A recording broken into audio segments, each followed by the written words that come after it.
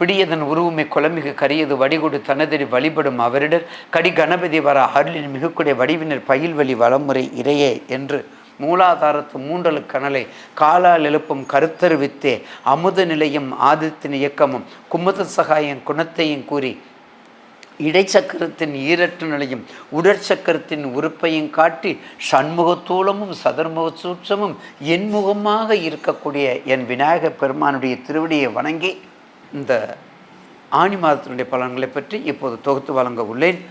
அடுத்து நாம் காண இருப்பது மகர ராசி.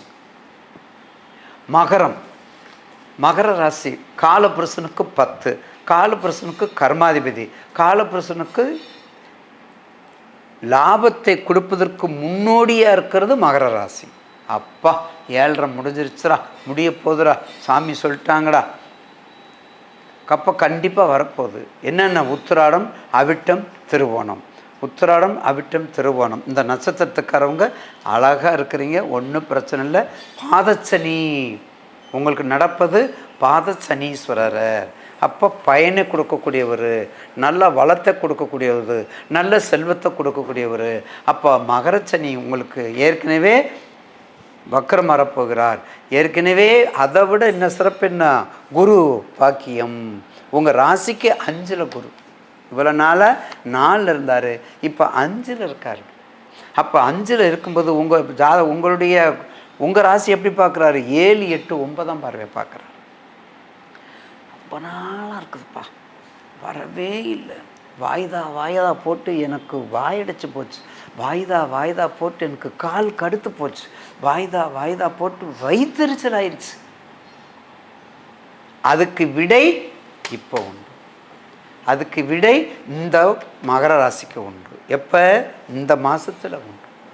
விட்டுறாதீங்க, இந்த மாதத்தில் கண்டிப்பாக உண்டு. ஏன்னா ஆனி மாதத்தில் குரு இப்போ தான் வந்திருக்காரு. அப்போ ஃபோர்ஸில் வெள்ளம் வரும்போது, முதல் ஃபோர்ஸில் வெள்ளம் தண்ணி எப்படி வரும், அதிகமாக வரும். அப்புறம் நாளாக குறையுது. அப்போ உங்களுக்கு முதல் ஃபோர்ஸில் வர்றாரு. அப்போ என்ன ஆகும், ரொம்ப நாளாக பெண்டிங்கில் உள்ள கேஸு, திருவாஞ்சியம் போயிருப்பீங்க, திருவிடைமருதூர் போயிருப்பீங்க, திருக்கடையூர் போயிருப்பீங்க, திருவாதூர் போயிருப்பீங்க, எவ்வளோ சிவனாலயம்லாம் போயிட்டு வந்திருப்பீங்க. எதுக்கு வரக்கூடிய திருச்சேரை போயிருப்பீங்க. இன்னும் சொல்லப்போனால் திருச்சேரை கடன் பட்டார் நெஞ்சம்போல் கலங்கினான் இலங்கைவேந்தான். அவருக்கு எங்கே திருச்சேரையில் வந்து தான் கடன் தீருச்சு அப்படின்னு புராணம் சொல்லுது. திருச்சேரை அப்படிப்பட்ட இடமெல்லாம் உங்களுக்கு முடிவுக்கு வரக்கூடிய நேரம் இப்போ வந்து விட்டது. ஒரு பக்கம் 7.5 முடிய போகின்றது. பாருங்கள், மகரத்துக்கு ரொம்ப ஒரு மகத்தான செய்தி. இந்த மாதத்தில் உங்களுக்கு கொஞ்சம் செல்வாக்கு கூடக்கூடிய நேரம். அது அரசியலாக இருந்தாலும் கூட பரவாயில்லை. ஏன்னா உங்களுக்கு குருபலம் வந்துடுது. ஒரு மனிதனுக்கு குருபலம் முக்கியம். குருபலத்துக்கு அடுத்தது தசாபுத்தி முக்கியம். தசாபுத்திக்கு அடுத்தது கண்டிப்பாக யோக பலம் உண்டு.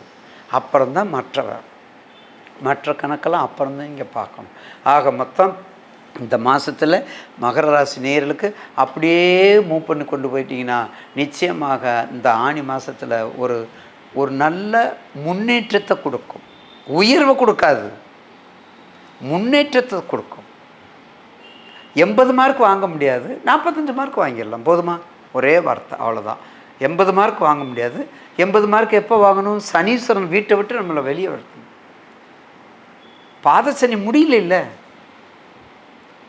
திருவோணத்தில் காரவங்க புலம்புறாங்கல்ல, ஒரு நாளைக்கு 40 போகணும் மகர ராசி. ஆனால் இப்போ குறைஞ்சிருச்சு. இந்த குரு பயிற்சி வந்ததுலேருந்து குறைஞ்சிருச்சு, கால் குறைஞ்சிருச்சு. ஏன்? குரு 9ஆம் பார்வையை பார்க்க ஆரம்பிச்சிட்டாரு. சார் பசிக்குது சார், சாப்பாடு கொடுங்க சார், சாப்பிட்டு முடிஞ்சு போச்சுல்ல. அதே மாதிரி மகரத்துக்கு சாப்பாடு கிடைத்து விட்டது. என்ன, உங்கள் தசாபத்தியும் நல்லா அமைஞ்சிருச்சு, உங்கள் யோக பலம் நல்லா அமைஞ்சிருச்சு. அப்படின்னா கண்டிப்பாக இந்த மாதத்தை அப்படியே மூவ் பண்ணி நீங்கள் கொண்டு போயிருங்க. இந்த மாதத்தை மூவ் பண்ணி நீங்கள் கொண்டு போயிருங்க, மறந்துடாதீங்க. அப்போ வழிபாடு என்ன பண்ணணும்? கண்டிப்பாக வாராகி அம்மன் வழிபாடு, முனீஸ்வரர் வழிபாடு, அகோர வீரபத்திரர் வழிபாடு, அதாவது கருப்பு சாமி சம்பந்தப்பட்ட வழிபாடு. ஏன்னா மகரம் கும்பம் சனீஸ்வரனுடைய வீடு. அப்போ சனீஸ்வரனுடைய வீடுங்கும்போது அங்கே வந்து நம்ம மகாலட்சுமிக்கு சொல்ல முடியாது, புரிஞ்சுக்கோங்க. அதே மாதிரி காற்று, அதாவது காக்கும் கடவுள், அதாவது நம்மளை காக்கக்கூடிய கடவுள் கருப்பு சாமின்னு சொல்கிறோம் பார்த்தீங்களா. அதே மாதிரி வேறு என்ன சாமி, முனீஸ்வரன் இருக்கார். அதே மாதிரி ஐயனார் பார்த்தீங்களா, ஐயனார் முழுக்க முழுக்க ஐயனார் வழிபாடு, அகோர வீரபத்திர வழிபாடு, ஐயனார் வழிபாடு, கருசாமி வழிபாடு, முனீஸ்வரர் வழிபாடு. இந்த மாதிரி கிராமத்து பாண்டி முனி பார்த்தீங்களா, ஒவ்வொன்றா வருது பாருங்க. பாண்டி முனி பார்த்தீங்களா, யாரையும் ஜெயிக்க முடியாது மதுரை பாண்டி முனிட்ட. பாண்டிங்கிறது பாண்டி முனிங்கிறது எப்படி வந்துச்சு, பாண்டிய மன்னனை காப்பாற்றியது. அது ஒரு நாளைக்கு ஒரு கான்செப்ட் உங்களுக்கு பதிவுக்கு நான் வர்றேன். பாண்டியன் ஏன் பாண்டியன், பாண்டி முனி ஏன் சொல்கிறோங்கிறதுக்கு உங்களுக்கு ஒரு கான்செப்டுக்கு வர ஒரு பதிவுக்கு உங்களுக்கு நேயர்களுக்கு நிறைய பேர் கேட்குறாங்க. அதை நான் அப்புறம் ஒரு நாளைக்கு ஒரு ஸ்பெஷலாக கொடுக்குறேன். அப்போ காற்று கருப்புகளை அகற்றுவது இரவில் 12 மணிலேருந்து காலையில் 5 மணி வரையும் நமது குடும்பத்தை இல்லை, நமது கிராமத்தை இல்லை, நமது நாட்டையே காப்பாற்றக்கூடியது யார்? பாண்டி முனி, ஐயனார், அகோர வீரபத்திரர், முனீஸ்வரர், கருப்புசாமி. இப்படிப்பட்ட தெய்வங்களை வழிபட வெற்றியை கொடுக்கும், வெற்றி பாதையை காட்டும்.